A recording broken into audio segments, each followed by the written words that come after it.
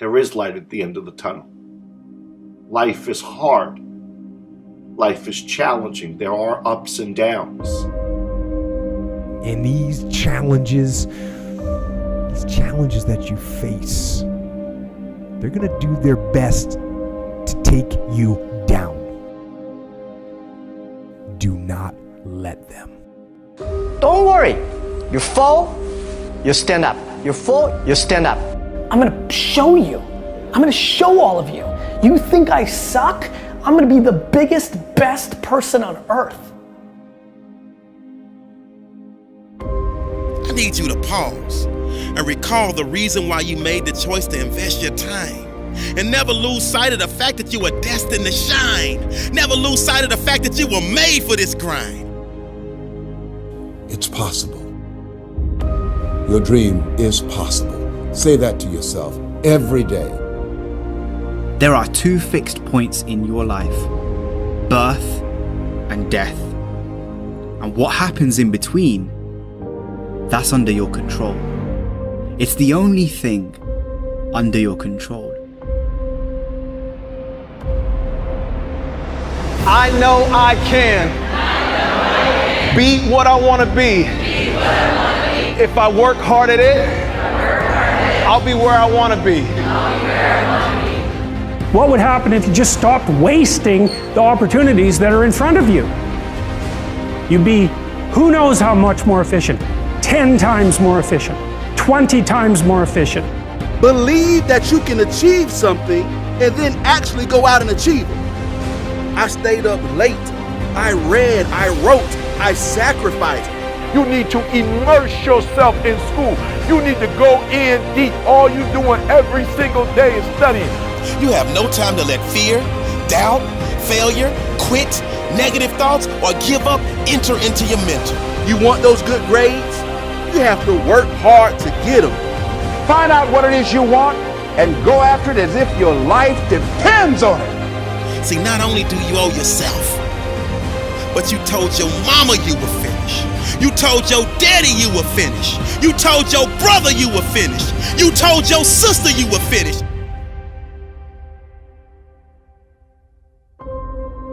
Stop waiting for tomorrow. Stop waiting for the perfect moment. And start now. Start believing. Start dreaming.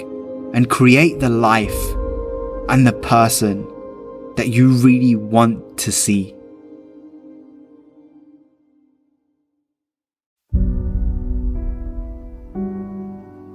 Why is it so important to get up early? Some of y'all don't want it. That's why you ain't got it. I don't sleep when I'm tired. I sleep when I'm done. The average millionaire wakes up at 4 a.m. So it started off 4 o'clock in the morning where I'd start with my cardio, then I'd have breakfast, and then I would go to the gym, and then I'd go to work. Some of y'all have no idea what 4 a.m. looks like. Why would you not wake up at 4:30? Because you're too busy sleeping in. I'm pretty sure I wake up earlier than all of you. We don't sleep when we're tired. We sleep when we are too busy hitting the snooze button multiple times. Excuses sound best to the person that's making them up. And if we can really be honest, some of y'all don't even go to bed until about 4 a.m. If you can get up before the rest of the world is awake, right? Before the enemy's awake, you can get so much done. You're so much more productive. Stop feeling sorry for yourself. Wake your ass up. And then they ask me, well, why are you up so early? Take responsibility to make your life happen. Awaken the beast inside. Wake up at 4 a.m. So I begin to tell myself, there must be a reason. When you have something to do, when you have someone to love, when you have something to look forward to, when you get up in the morning.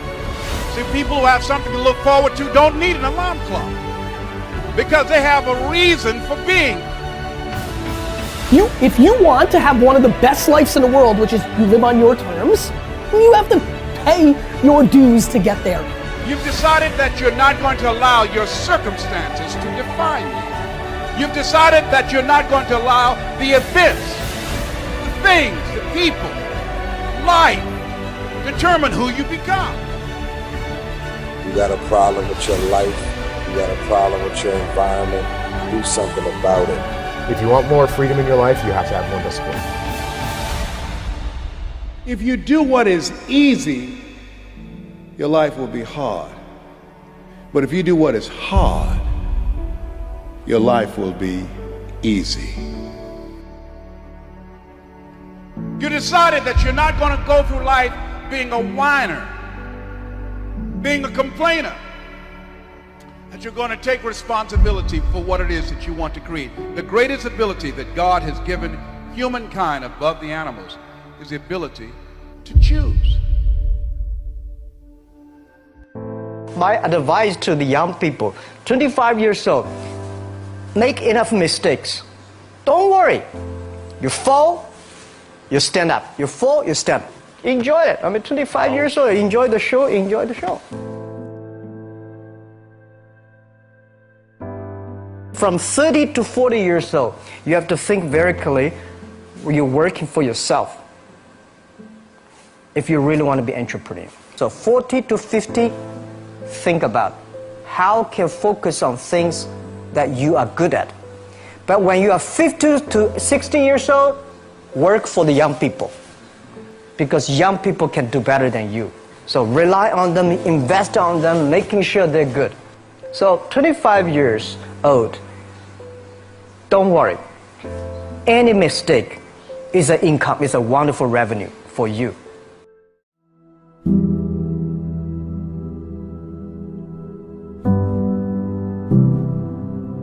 My experience is with people that we're probably running at about 51% of our capacity. You can think about this yourselves. I often ask undergraduates how many hours a day you waste or how many hours a week you waste. And the classic answer is something like 4 to 6 hours a day. You know, inefficient studying, watching things on YouTube that not only do you not want to watch, that you don't even care about, that make you feel horrible about watching after you're done. That's probably 4 hours right there. You know, you think, well, that's 25 hours a week, it's 100 hours a month, that's 2.5 full work weeks, it's half a year of work weeks per year. And if your time is worth $20 an hour, which is a radical underestimate, it's probably more like 50 if you think about it in terms of deferred wages. If you're wasting 20 hours a week, you're wasting $50,000 a year. And you are doing that right now. And it's because you're young, wasting $50,000 a year is a way bigger catastrophe than it would be for me to waste it, because I'm not going to last nearly as long. And so if your life isn't everything it could be, you could ask yourself, well, what would happen if you just stopped wasting the opportunities that are in front of you? You'd be who knows how much more efficient, 10 times more efficient, 20 times more efficient. That's the Pareto distribution. You have no idea how efficient people get. It's off the charts. Tick, tock, tick, tock. We've all heard the sound of a clock. Have you ever stopped to think about what it means? There are 2 fixed points in your life, birth and death. And what happens in between, that's under your control. It's the only thing under your control. Now, we have no idea what the distance between birth and death is going to be.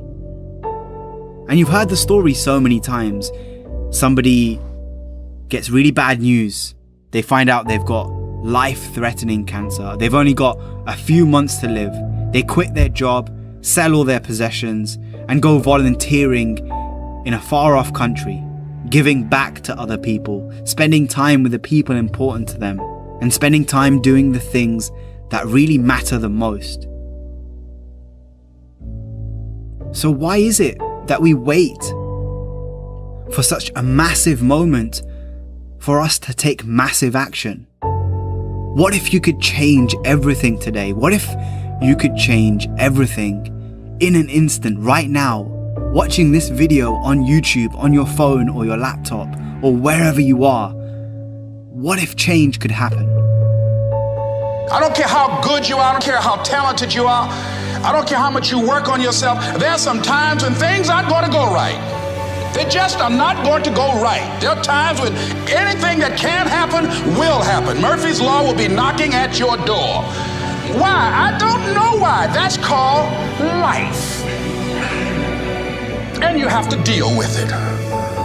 Sometimes your life will be in a slump, just like sports. Some of the best shooters can't hit baskets different times in games. They get in a slump. Do they sit on the sideline and say, you know, I just didn't hit a basket today? No, they continue to execute. I suggest to you that if you are facing a challenge, don't stop. Stay busy, work your plan. Continue to do those things that you know that work for you after you have evaluated yourself in the situation. Continue to move, stay busy, stay busy, stay busy. Repeat out to me, help somebody. And help yourself. Because what you give is what you get. Find somebody that you can help so you can forget about you for a moment. See, sometimes the best thing to do is to be. Sometimes you have to just back up and go within yourself. And I think there's a simple thing that you need that we hear again and again in these motivational speeches. And it's a simple word, but it's misunderstood. And it's belief. If you're going to really change, the first thing that you have to move from an opinion to a belief, and a belief into a conviction, is that you are the one that can change. You are the one that is responsible for who you are, where you are in life right now, the things that you do, the things that you don't do, that you know that you should, the things that you have become, the person that you've become, and as a result, the things that you have. And there's all kinds of things going on right now. There's all kinds of thoughts going on right now. There's all kinds of feeling, but amidst all of those things, amidst the sea of confusion that you might feel, let me ask you a very simple question, a very basic question. Do you believe that you have the power to change?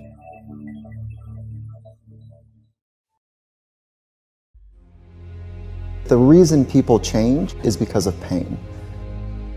The reason we grow is because we get uncomfortable and we embrace being uncomfortable.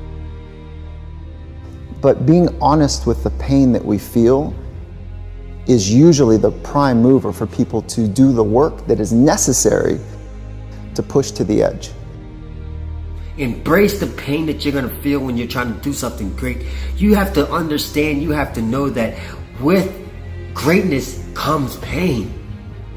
Stop listening to the opinions of others around us that are saying, oh, you're never going to make it. It's impossible. You can't do it. You will never make it.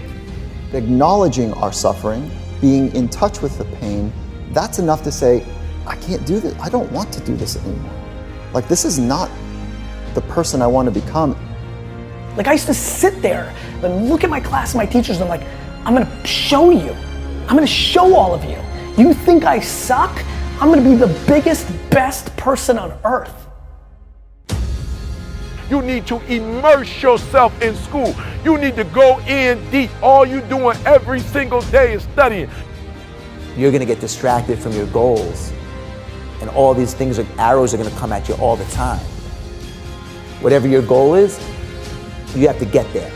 Even though people are gonna say you can't do it, even though people are gonna throw different opportunities, you know, I'm sure your friends went out 1,000,000 times to happy hour when you had to stay late. Find out what it is you want and go after it as if your life depends on it. Why? Because it does. Thoughts become things. Whatever you put out into the universe, you are going to get back. You have an opportunity to still be achieving. So get up and get on it. Because the weak will struggle. Success is reserved for those that are the strongest. But you still got time to pass that class. You still got time to finish strong, all right?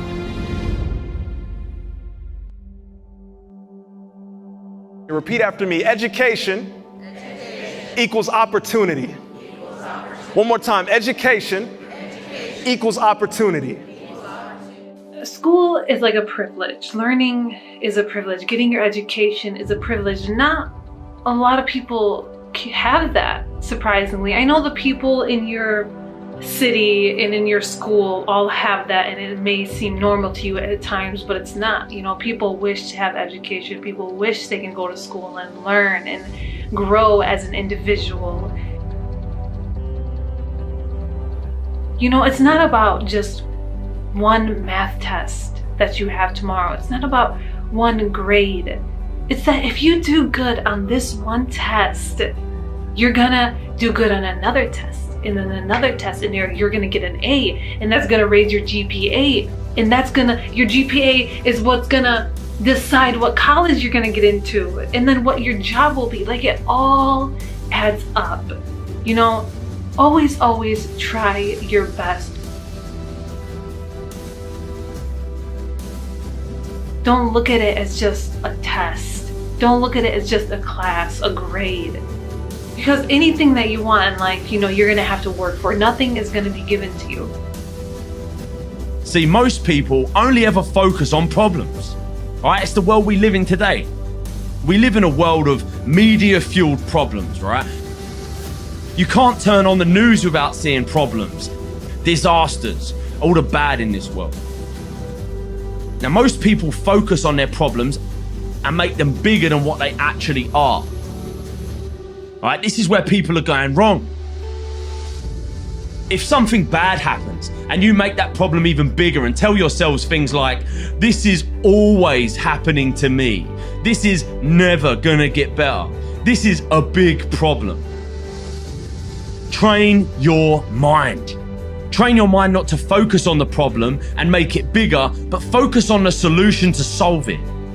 Stay positive, stay focused, and most importantly, stay strong. You know, I used to actually do my homework on a Friday, so I would enjoy the weekend. Mostly people do it on Sundays when they have to do it, but I like to just get it over with. It's so much better knowing you're done and you can have free time and you can do whatever you want than have that on your mind while having the free time. You know what I mean? It's just so much better to get it done. You'll feel so good. Start off good. Do your homework. Do the best you can do on every single test. I know I can. Be what I want to be. If I work hard at it, I'll be where I want to be.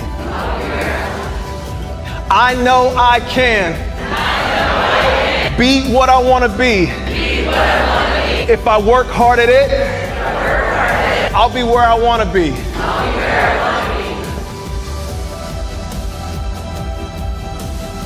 Hard work pays off. You know, the classes I used to slack on and I didn't do that great in, it showed.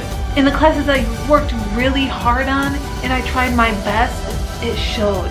You know, it made me realize that hard work really does pay off in the end.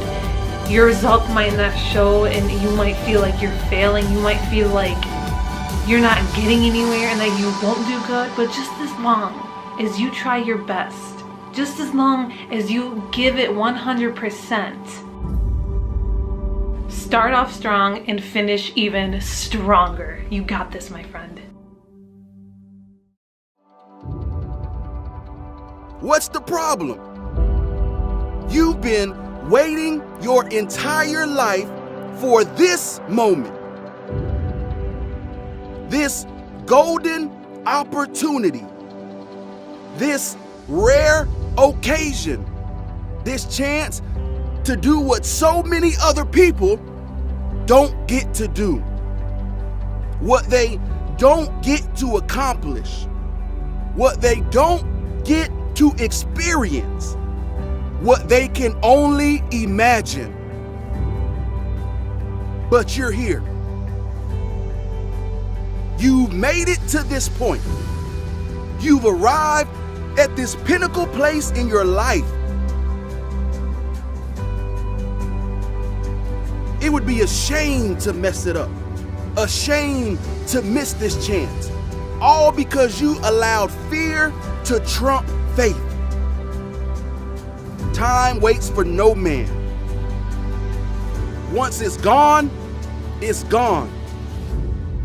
It doesn't roll over. Time goes forward. Time never goes backward. The time is now. There has never been a more promising time to achieve greatness. I heard someone once say that greatness is within you, but is dormant, is bottled up, just waiting for the moment to unleash and show the world how great you really are. How talented you can be. How amazing your skills are.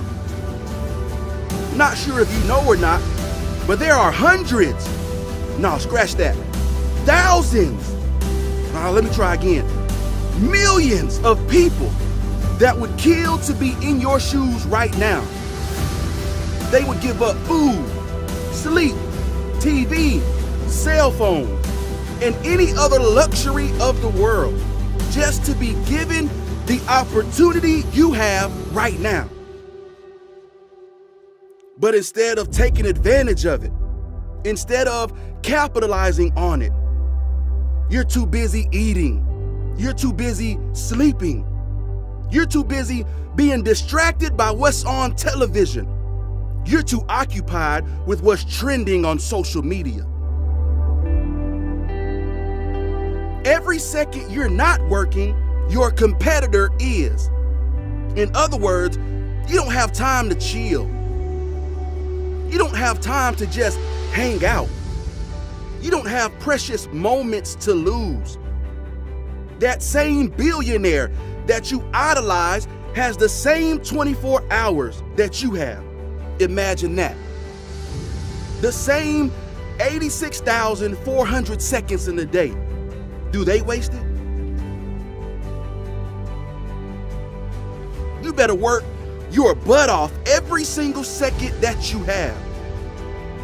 Or you will find yourself saying, I should have, but it'll be too late. The time would have already passed. Your chance will be lost. Your golden opportunity will fall in someone else's lap. Don't do that to yourself. You've worked too hard up until this point. You put too much blood, too much sweat, too much tears, too many late nights of studying into your craft to ease up now. The time is now. Not only is it important to you, but it's important to your family. It's important to your friends. It's important to every young child that looks at you as a role model. And you had no idea you were being watched. There are young kids in your neighborhood that aspire to be like you. They want the opportunities you've been given, but they may be too shy to tell you. And so they watch from a distance. Don't let them down. The time is now. Everyone in your corner is rooting for your success. Everyone in your corner wants to see you shine. Everyone in your corner wants to see you win. Everyone in your corner believes in you. The question is, do you believe in you? Are you committed to the process? Are you built for this life? Are you ready for the tears, the long days of working hard, the sleepless nights of putting in work, the sacrifice of your time to reach a new level? The time is now. The choice is yours. Don't wait. Don't hold back. Don't be shy. Give it all you got. Give it every ounce of effort you can muster up. Then, and only then, can you be successful. The time is now.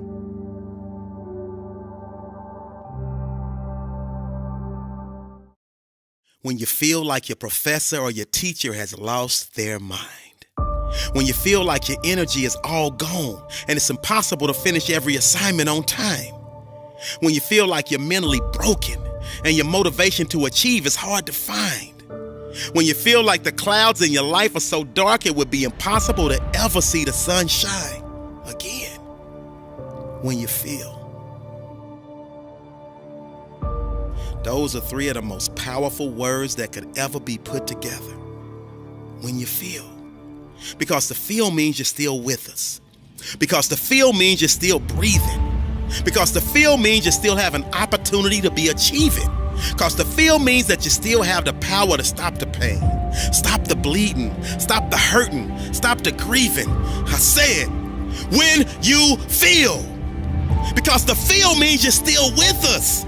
Because the feel means you're still breathing. Because the feel means you still have an opportunity to be achieving. Because the feel means that you still have the power to stop the pain, still have the power to stop the bleeding, still have the power to stop the hurting, still have the power to stop the grieving.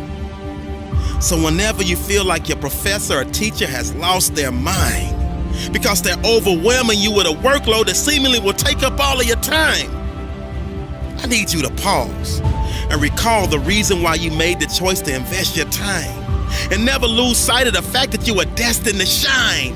Never lose sight of the fact that you were made for this grind. Never lose sight of the fact that no hole is too deep for you to climb up out of. And above all else, your why will never ever allow you to withdraw.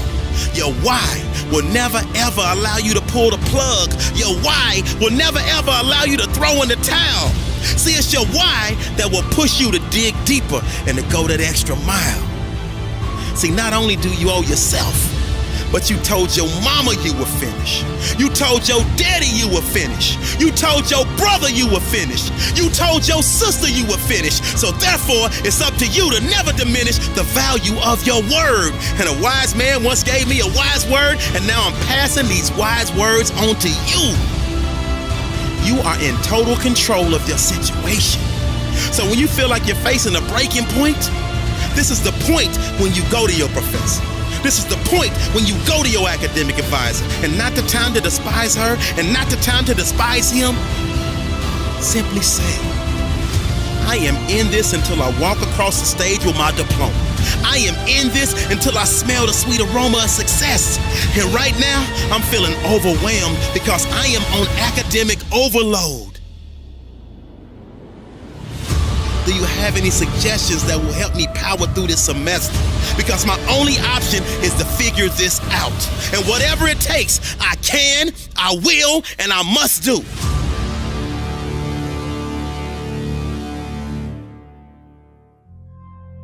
See, I understand that drastic times call for drastic measures. And the measure of a person's will is determined by what they are willing to do to ensure triumph over tragedy. The measure of a person's will is determined by what they are willing to do to ensure success over failure. The measure of a person's will is determined by what they are willing to do to ensure winning over losing. And see, right now, I'm choosing to fight for my academic future, and that's why I came to your office. I promise. When they see that your passion is pushing you with a purpose, they will give you every ounce of their being to assure you are successful because they know you're worth it. I just need you to never forget that you're worth it. Success is your baby. You just gotta birth it and then kick back and enjoy the fruits of your labor. But in the meantime, I need you to pull up your sleeves. I need you to tighten up your boxing gloves because you're right in the middle of a heavyweight boxing match. And life is trying to take your title, and your survival in this academic arena is at stake. It's moments like these where we separate the real from the fake. But when it's like you shake off any and every punch that life throws and fight back with a series of vicious headshots and body blows to overcome and achieve the victory. But believe you me, life will keep testing you. Believe you me, life will keep trying you. Believe you me, life will keep pushing you. Believe you me, life will keep trying to break you. I don't think y'all heard me. I said, believe you me, life will keep testing you. Believe you me, life will keep trying you. Believe you me, life will keep pushing you. Believe you me, life will keep trying to break you. Lock in with me. And always remember, you are unbreakable. they want to see you fail. But you are a diamond, and you succeed because you get back up after you fail. And you will get back up again and again until your arms are raised with the wind. So I need you to speak positivity into existence and ignore your inner voice of resistance, because it's your resilience and persistence that will allow you to master your time management skills, that will allow you to break all of these huge assignments down into small pieces, that will allow you to group study with a winner circle, that will allow you to jump over any, and I mean any, academic hurdles. Always remember when you feel.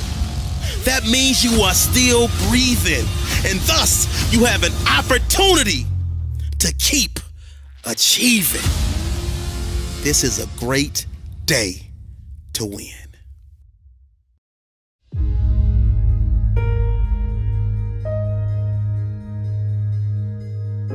The attitude is it can't be done because they haven't seen it.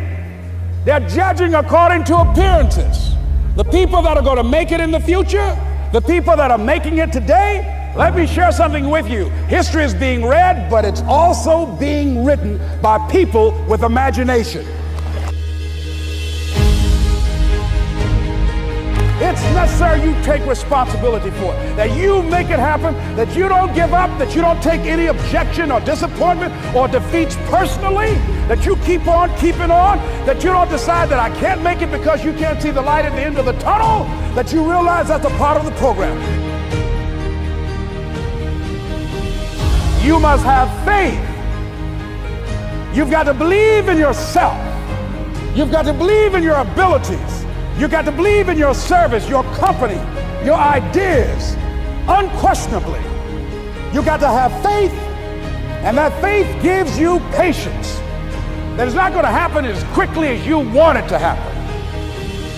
When you got an idea, you want to move on. You might not have the money, you might not have the education, you might not have the support or the resources you need. What is that something that can keep us going, that will enable us to act on our dream? What's one of those keys that will begin to help us to discover the secrets to our dream? Here's what I want you to repeat after me, please, with power and conviction. Say, it's possible. It's possible. It's possible. Yes, your dream is possible. Say that to yourself every day. Feed your mind with words that you write and words that you hear and words that you speak to yourself. Feed your faith, and your doubts will starve to death. Say to yourself, it's possible. It's possible. It's possible. Even when you have no evidence to point to, say to yourself, it's possible. There's nothing as powerful as a made-up mind. What keeps you on top is the ability to think and prepare mentally over and over and over again. The body has limitations, the mind does not. We focus so much on what goes on from the neck down that we forget it all starts from here. You got to write, even if no one published your book, write, because that was given to you to do. You do what it is you're supposed to. You're supposed to build something. You're supposed to create something. I don't know how to do it. Learn. Do whatever is required. Just go out there. It's possible you can get what you want. It's necessary. If you want it, you got to go into action. You got to be willing to experiment. You got to be willing to fail and to succeed. You got to be willing to form and to develop new relationships. It's you, it's on you. You got to make that happen. Nobody's going to bring it to you on a silver platter and say, here's your dream manifested. No, it's hard. Yes, it's hard. It's difficult. Yes, right. And it's worth it. I hear stuff all the time. People say, oh, look in the mirror and you'll see why you're not succeeding. I don't believe that, okay? It's what you don't see in the mirror. That's what's holding you back. It's what you're not willing to see is why talent is not enough. And when you finally see it and accept it and decide to work on it, then you can take that next level. Life means to evolve. And if you're not evolving through small incremental changes that build up over time to create a large change, then you're probably dead. And that shouldn't really be a goal of anyone. I think every day I get up and I say, what are my priorities? And then I move towards that. And sometimes, honestly, my priorities are to see how many back-to-back episodes of whatever I'm watching on Netflix I can watch, you know, if it's that kind of introvert's Sunday that I need, you know, in order to be my best self out in the world Monday morning. And sometimes it's, you know, how much of my to-do list can I crank through before lunch? And so I tell myself that this to-do list, or the things that are on it, are so insignificant compared to the things that I have already done, or I've already survived, or already accomplished, that it's almost laughable that they think they can stay there on my to-do list, you know, like they're actively mocking me. And so if you can get to the point where you can say, well, I've already pushed through something uncomfortable, or I've already done something that I didn't think that I was able to do, didn't have the skills to do, didn't have the confidence to even try, but yet circumstances intervened and I was forced to. I've already done these things. And yeah, they were in a different context. You know, maybe they were in a personal context and not a career context. Or in my case, they were in the theater and not in the science world. But proof of concept is already there. So what reason do I have to believe that it's not going to work again? So not thinking about it as this entirely novel new thing, because you do get the fear response to new things, because that's our brain trying to protect us from, you know, things that might be dangerous that we don't know anything about, and realizing that in fact this is a familiar task that's cloaked in a new environment. And so I think that there's a lot to be said for looking back at our successes and not just appreciating them, but really recognizing that the new challenges, in fact, are old dragons we've already slain. A lot of the early accomplishments that I have made were because I didn't realize that there was an option. And there's actually a type of method for teaching. I also used to play the violin, and I was taught with the Suzuki method. And if you look up the Suzuki method, you have all of these little 4, 5, 6-year-olds that are playing violin concertos that are, you know, far beyond what you would think somebody of that age should be able to do. And it's because nobody told them that they shouldn't be able to do that. And so that was basically my reality. I was told, well, you're 11, you're gonna start going to college. So I went, and the expectation was you're supposed to get good grades, so I did. Every time there was a goal put in front of me, I didn't realize you could not accomplish it, so I just did. We'll never really know who we would have been if we had made like one different decision, you know, way back there in our childhood. But because of the way the brain develops, we are more emotionally susceptible to the experiences that we have early on in life than we are later in life. All I hope for women in STEM is that they stop worrying about whether or not they're fitting in and whether or not they are supposed to be emulating the men or making a point of being female, and they start just taking things, taking their power, taking their place at the table, and not asking permission for it.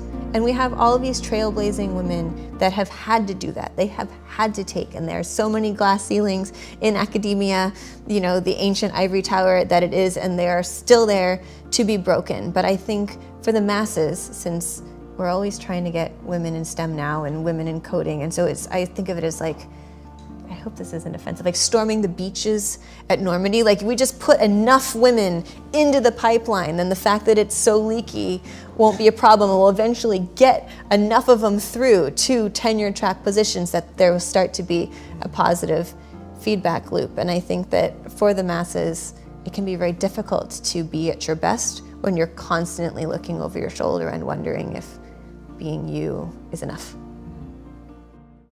Say no to everything that doesn't support your immediate goals. 41% of items that people put on their to-do list are never done at all. Wow. It's like a to-do list is the graveyard of, you know, important but not urgent. And when you truly realize just how valuable a single minute is, I mean, money, we can lose it and make it back again. Our health, we can get sick and get healthy again. Time, once it's gone, it is gone. Time is life. The 15 secrets successful people know about time management. The productivity habits of 7 billionaires, 13 Olympic athletes, 29 straight-A students, and 239 entrepreneurs. You might not use all of them, but if you use 1, 2, 3, or 4 of them, I tell you, you're going to get a lot more out of your day. Anyone can make a big difference. Absolutely. We all have the same amount of time. Every single one of us has the same amount of time, but some of us squander it, some of us waste it, some of us don't make best use of it. It's my goal, my hope at the end of this episode that you'll be able to see just how much time you have in the day. And there's something in this episode that you'll be able to use to maybe get more out of your day. And that to me is a win. Absolutely a win in my book. Golden nugget number 1. Time is your most valuable and scarcest resource. Hey, 1440 is the number that can change your life. And that number is the number of minutes we all have in a single day. And while, most of the people that I interviewed, they're not all doing the same 15 secrets either. The common thread was that they always spoke about minutes and the value of time. And when you truly realize just how valuable a single minute is, I mean, money, we can lose it and make it back again. Our health, we can get sick and get healthy again. Time, once it's gone, it is gone. Time is life. And so, in 1 minute for your health, you can bang out some push-ups or sit-ups or take a cleansing breath. For relationships, you can tell someone that you love them or that you're grateful for them. In business, it takes a minute to have a breakthrough idea. And once you truly understand that, all of a sudden, you're not going to let people steal your time with all those got-a-minute meetings or other trivial things. There's a certain number of minutes every single day that I have at my disposal, and so much of it is just wasted minutes. So if you start to capitalize on the time that you have, you'll realize, holy, I can get a whole bunch done. So golden nugget number 2, identify your most important task and do it first. The most important task, the MIT. Your MIT is, what is that project that is going to double the size of your business? What is that project that's going to get you the promotion or max out your bonus at work? And then break it down. It's like, what domino can I tip over today that's going to lean on the next one and the next one? And then we have to get in that discipline of scheduling time to work on our MIT first thing in the morning. Behavioral psychologist Dan Ariely talks about we are at our best for about a 2-hour window of time in the morning. We're at our cognitive best. But what do most of us do? We stroll in with, to work, we open up email, we start working on everybody else's MITs by answering their emails and all that stuff. Before we respond to text, before we listen to voicemails, before we do email, we should work on our MIT. Golden nugget number 3, work from your calendar, not a to-do list. Stop using a to-do list. I was asking all of these people, self-made billionaires, self-made millionaires, what is your number 1 secret to productivity? They could have said anything. And none of them mentioned a to-do list. I was about halfway through the interviews, and finally I started doing the follow-up. I'm like, well, what about your to-do list? Give me some advice. They laughed at me. They're like, to-do list? We work from a calendar. And as I did the research, it turns out 41% of items that people put on their to-do list are never done at all. Wow. It's like a to-do list is the graveyard of, important but not urgent. If you really want to get something done, pick a day, a time, and a duration, and then live from your calendar. Golden nugget number 4, to overcome procrastination, beat your future self. So we need to think about, all right, how's that future evil version of ourselves going to jeopardize our best intentions? And let's say we want to start jogging this week. We want to work out.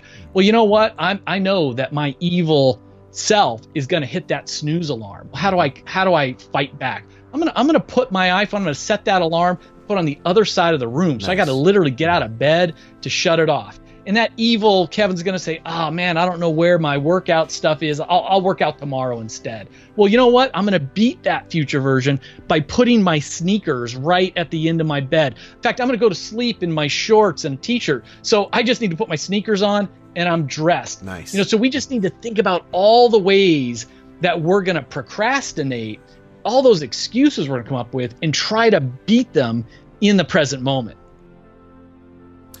Golden nugget number 5. There will always be more to do.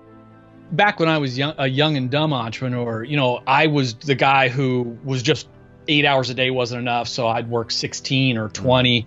5 days a week wasn't enough. I'd work 7. The girlfriend or eventually the wife would be like, hey, it's 6 o'clock. Dinner's cold. When are you coming home? Leaving the office in 5 minutes. Then it's an hour later. I'm still in the office. And, one of the things that I learned from interviewing all these people is they have this sense in their bones, like there will always be more to do. Andy Grove wrote, he was the founder and CEO of Intel. And he said, my day ends when I'm tired and ready to go home, not when I'm done, because I am never done. A manager's work is never done. There's always more to be done, more that should be done, always more than can be done. Maybe, maybe we've decided that we're going to work a 10-hour day or a 12-hour day or a 6-hour day. Whatever you decide, be intentional about it, and then realize you've allocated other minutes for your health, which is gym time. You've allocated other minutes for your relationship, including date night or time with your kids. Golden nugget number 6, always carry a notebook. Everybody I spoke to talked about carrying a notebook. Richard Branson has written about it over and over again. He says the single most important possession is his little notebook. That's how he built, the Virgin brand. There's all these people that I interviewed that just swear by this power of jotting down little notes, whether it's journaling or notes from meetings or words of wisdom from the books they read, but it just really changes their life. Yeah, and one of the things that David Allen always says that our minds are best used for processing different ideas, not to hold on to information. You'd be surprised when you start carrying around a notebook with you just how much information comes into your mind that you want to capture. Now, when you start capturing that information, you realize, holy crap, I've been holding on to so many good pieces of information and it's just been gone. I just lose it or I hold on to it and it just ruins the ability to allow your mind to free itself up to process new information, which is the best state for your mind to be in. Golden nugget number 7, control your inbox. To be honest, many of us use our email inbox and text messages and other social media apps as a form of procrastination, as a form of a little reward. It releases dopamine. It's kind of like pulling that handle on a slot machine. Is it going to be something good? And all of these companies out there and other people in our lives, they want our attention. And that's fine, but it can get in the way of our productivity. So the bottom line is, shut off the notifications on your phone on everything. It's okay to go to email or messages and all of that, but do it when you want to do it, not because someone else is calling you, kind of like Pavlov's dog, ringing a bell and I'm reaching for my phone. I process email like anything else 3 times a day, morning, noon, and night. Now, again, the number's not so important, Ryan. I mean, I know people who only process it once a week or once a day, and others, people tell me, hey, I'm a stockbroker or whatever, I need to get back to people all the time. Fine, process it every 30 minutes or 15 minutes. The idea is to be intentional about it. Shut off the notifications. So if you're out there and you haven't shut off your email notifications, what are you waiting for? I've done that a long time ago. I shut it off because it's just distraction. Golden nugget number 8, schedule and attend meetings as a last resort. Now, we can't all, be like Mark Cuban and just say no to our boss and other people with meetings. We can say no much more often. We can say no to a lot of meetings. We could say no to meetings before noon. Like, let's keep our deep work in the morning, then our collaborative work in the afternoon. And if you have to say yes to a meeting, say no to long meetings. Richard Branson again says, there's few meetings that need to last more than 5 or 10 minutes. And so that's just the idea, is let's say no as often as possible, at least one day a week say no, and then try to say no to long meetings. Absolutely. And that actually, you know what? That breaks us into the next golden nugget number 9. Say no to everything that doesn't support your immediate goals. They're not being rude, but the most highly successful people, they know what their values are, their goals are, and they fill their calendar with things that'll get there. And that doesn't leave time for a lot of other things. We're raised from being really young to hey, you want to be liked, so you want to help people. You're told it's nice to help people. You don't want to be rude. What's helpful to me is when I realized that every time I say yes to something, I'm actually saying no to another thing or many things. I got myself into so much trouble, man, because I like to be liked, and so I would say yes to people all the time, even though I knew by saying yes, it would screw up my schedule. I'd have to push other things back. In the back of my head, I was like, you're not going to do this anymore. You're not going to go to the gym. Your whole schedule's thrown off course. Getting good at saying no and doing it in a very polite way, in a delicate way, is something that a lot of you out there have to do. Golden nugget number 10, follow the powerful Pareto principle. Yeah, the Pareto principle is more commonly known as the 80-20 rule. And it's this idea that most of the results in almost any activity, 80% of the results, comes from about 20% of the activity. So it's just really pausing, slowing down, and looking at, with all the work that you're doing to build your business, to get your work done, what are the handful of tasks that are getting you most of your results? Just focus on those things. Golden nugget number 11, focus on your unique strengths and passion. We really need to remember the power of delegation. I'm a perfectionist, so nobody can do anything as good as I can. I've got to do everything to do it right. And the reality, Ryan, is that might be true, but we have to realize, again, think about that 80-20 rule. This feeds into this, that yes, if I delegate it to someone on my team, maybe it's not going to be perfect, but if it's 80% to perfect, I need to be okay with that and let it go, because now that just freed up all of my time. Golden nugget number 12. Batch your work with recurring themes. So this one, you read in the book, Innovative Entrepreneurs, they really assign different themes to their office days so that employees can really concentrate on one specific type of work. Well-known sort of consultant to consultants, Dan Sullivan, he talks about entrepreneurs should have focus days, buffer days, and free days. And the focus days, those are your game days. Those are the days where you are doing your most important activities. Usually it's sales or revenue related, but whatever your strengths are.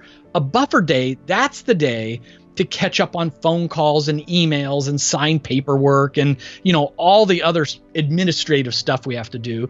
And then free days are the days where you do not work. And what you're doing is you're resting and recharging, which all the Olympic athletes really talk to me about that. Golden nugget number 13. If you can do a task in less than 5 minutes, do it immediately. So this really comes down to the touch it once principle.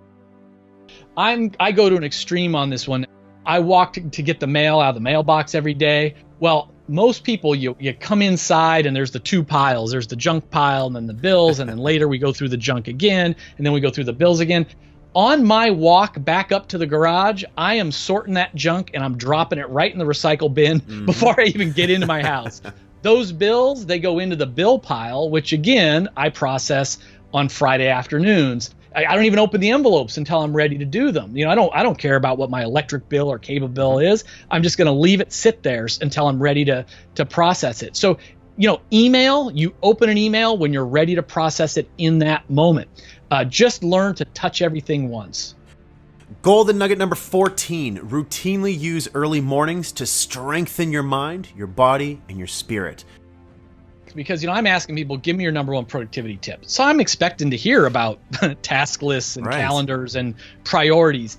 So many people said, my number one productivity tip is what I do in the first hour of my day. And they're not talking about getting work done. They're talking about their mind and body.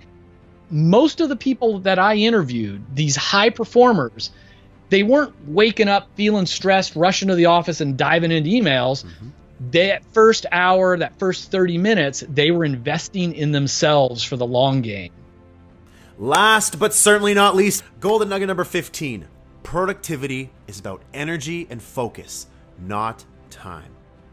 We all have the same 1,440 minutes a day. We can't get more of that. It's not about managing the time.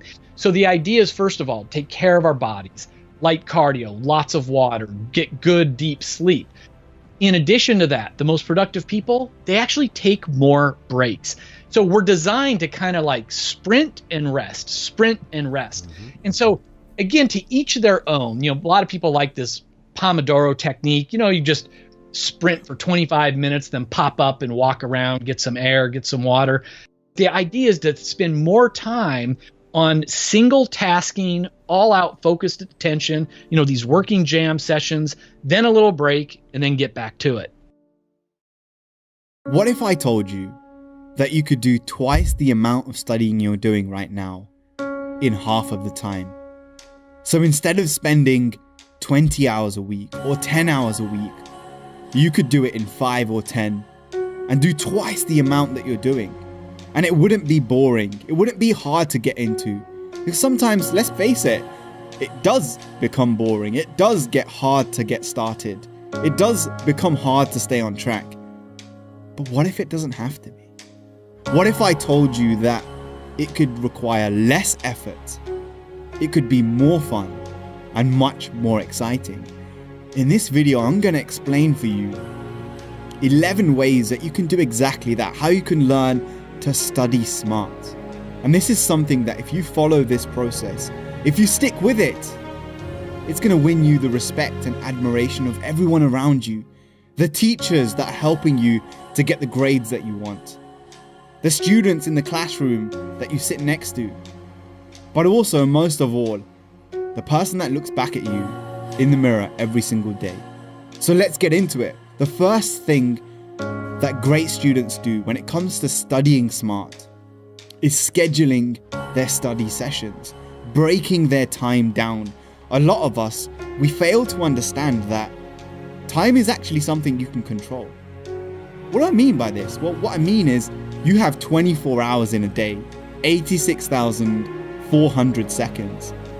And the person who has planned and prepared every single one of those to the best of their ability, they're going to get more out of their time.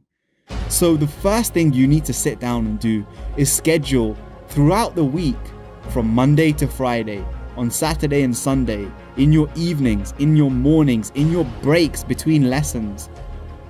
What studying are you going to do? Which topic are you going to focus on? So that when you sit down at the desk, you haven't left anything to chance, but you've scheduled in exactly what you're going to do, so it requires less brain power, precious brain power that you need to focus on learning, to focus on studying effectively. It's not used up in deciding what you're going to do, how you're going to do it. It's already laid out for you. I want you to imagine the life of an athlete, the life of a boxer preparing for his final fight. They don't leave these things to chance. Their meals, their training regimen, the things that they need to work on has been planned beforehand, and you can use the people around you to help you do that. The second thing that you need to focus on is what we call the Ebbinghaus curve. And basically what it means is you forget things over time. So if you learn something today, tomorrow you may remember 50% of it. The day after you may remember 25%. And within a week, you might only remember 5%. That's the way that your brain works. The quicker you understand this, the quicker you can factor this in to your studying regimen. So let's take a look at this. You use a technique called spaced repetition. So if you study a topic on day 1, you want to come back to it on day 3, day 5, day 7, and space your repetition out. The more you repeat things, the deeper the memory becomes. And that brings us to the next tip, which is depth of processing. When you take in information, if you want to remember it more effectively, a very powerful way of doing this is to remix that, is to change that information. So if you're looking at information in a textbook, think of a rhyme, think of a pattern, maybe make a video, maybe make a colored diagram, an illustration to help you to change that information, to help you remember it at a deeper level. You don't just want to read it and study it and then regurgitate. You want to change it in some way. So the next thing is get to your spot. And what I mean by this is, what is the space, the place, the environment that you're the most productive in, that you're the most focused in. One of the things that we forget as human beings is that we are influenced by our environment. The kind of student that you are in your classroom is different to the kind of student that you're going to be in your bed. When you're under the covers and you got your laptop on your lap, you're going to be more productive in one area than another. So find out what that is for you and make sure you get to that spot as quickly as possible. Most of the difficulty when it comes to studying is not in the studying itself. It's in the activation energy required. I talked about this in the previous video that I did with this channel. Go ahead and go and check that one out. Sometimes we focus on getting more motivation, improving our techniques, and trying to fuel our rocket ship even more. But another way of making your studying more effective is to remove the resistance, to cut out the distractions like social media. So don't have your phone next to you, turn it off, put it in a different room. Remove any kind of distraction, and I'm talking about people, your dog. Put your dog in a different room if you have a pet or an animal that distracts you. Go somewhere where you cannot be distracted, and the only single thing that you can do is focus on the most important thing, and the most important thing is studying, revising, learning, removing those distractions so less effort and energy is required for you to focus, and you can use it on what's important. And that brings me to the next point. You want to work at 2 levels. So increase your fuel and your motivation to study. Think about and write down, tell people why you're doing this. I'm doing this because I want to become a doctor, an engineer, an entrepreneur, a social activist, a campaigner. And at the same time, remove the blocks that are stopping you. Remove the activation energy required for you to start studying. So before you go to bed at night, have your notebook out and ready on your desk. Make sure it's free of any clutter. Even have the pen ready.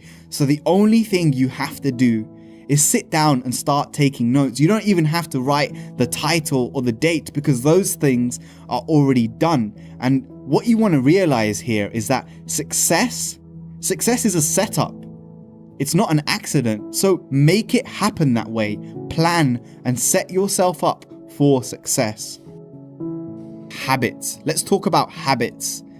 Because as much as you want to be motivated, if you want these things to be effortless, you need to build habits. Now think about brushing your teeth every morning. When it comes to brushing your teeth, it doesn't require motivation. You don't watch a motivational video for you to brush your teeth, or for you to go to the toilet, or for you to put your shoes on in the morning.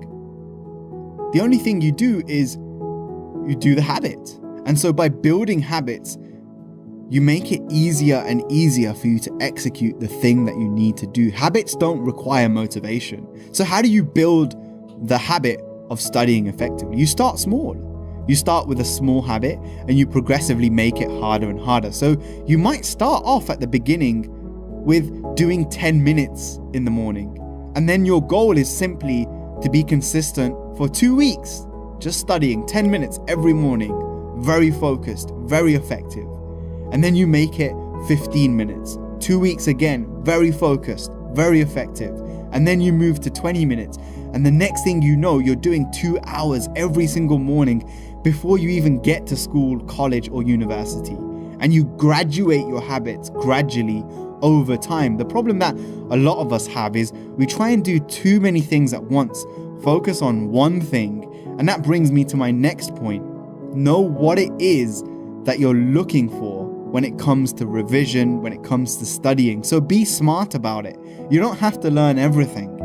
The examiner, the teacher in the classroom, know what it is that they are looking for. Play the game, because this studying game that you're in right now, this period of your life, some of the things that you're learning are functional and some of the things that you're learning are lifelong practical things. So know the difference. If there is something that you need the examiner to see, if there is a way that you need to present your essays, if there's a way that you need to present the information, give it to them that way. Hard work is going to beat talent when talent doesn't work hard, which brings me to my next point. It's not just about your genetics. It's not just about what you're capable of. You might be the smartest student in that classroom, just like I was, but if you don't work just as hard as the 20, 30 other people in that room, they're going to beat you. They're going to destroy you. And when it comes to that day at the exam, they put in more hours than you. They studied better than you. They looked at past papers. They spoke to other students about what they needed to do. And they were just sharper when it came to that moment, like a samurai who keeps his sword sharp. When the moment came to strike, they didn't hesitate. They only needed one opportunity, and I want you to be as sharp as you possibly can. So focus on putting in the hours. So we got 2 more points left, and these are probably the most important. I need you to really hear me now. When you study, I don't want you to study like a student. I don't want you to study like anyone in your classroom. I want you to study like a lecturer.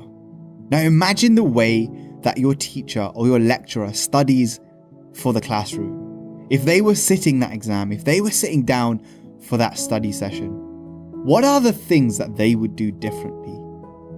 What are the books that they would read differently? What kind of research would they do? And really get yourself into their shoes, into their mindset, because that's what's going to take you 10x forward. It's going to take you 10 steps further than you are at the moment. If you think like a beginner, you're going to prepare like a beginner. But if you learn to think like a master, like the lecturer, like the person who's teaching everybody else, what level of preparation would that require? And then act in accordance with that. And the final, most powerful, practical technique when it comes to studying smart is what's known as the low-key method or the loci method. And to keep it simple, it means this. If you're trying to learn a new language, let's say you're learning Spanish, use your room, use your house that you live in to hold different memories in different places. So I used to use this when I was studying for French. I'd keep all of the things related to sports in one room. I'd keep all the things related to common conversations in my kitchen, and I would put labels on things. The spoon in my kitchen drawer, I knew exactly if I was looking for that information, it's the spoon in the drawer, and if I look at the label in my mind, I can see the word associated with it. So use this so when you're walking around your house has now become a study session, and you're walking inside that matrix. You've hacked the system. So even when you're sitting down to have dinner and you look up, you can see the revision notes for that module that you found difficult. And every single day, you're coming back to what I talked about at the beginning of this video, that spaced repetition. You're repeating what you need to remember again and again, and you've got that depth of processing. The reason this is powerful is because you've created an immersive studying experience, and that's what the greats do. There is no line between studying and not studying. There is no off switch. There's just different levels of immersion. So imagine if you were living in your textbook and you made your physical environment a representation of all the things that you need to learn. You're walking around in this palace of information. And I want to leave you with the most powerful quote of all when it comes to education. There is no end to education. There is no end to the things you learn. It's not that you read a book, you pass the exam, and that's it, you're finished. The whole of your life, from the moment you're born to the moment that you die, is a process of learning. So if you can apply the things here, you schedule your learning, you schedule what you're going to learn when, you space your repetition out, you remix things so you can remember, you get to the spot, you cut out the distractions, you increase your motivation and you remove the blocks. You start with small habits and progressively make them harder and harder and harder. You know what it is that the person you're studying for is looking for, so you learn those things. You're practical about it. You know that hard work beats talent when talent doesn't work. You study like you're a lecturer and not a student, and you use that loci method to turn the environment that you're in into a wealthy palace of education. There is no reason why you can't achieve more, do more, and like I said at the beginning of the video, you make your studying more effective so you can do twice as much in half the time. And now it's become effortless, exciting, and fun.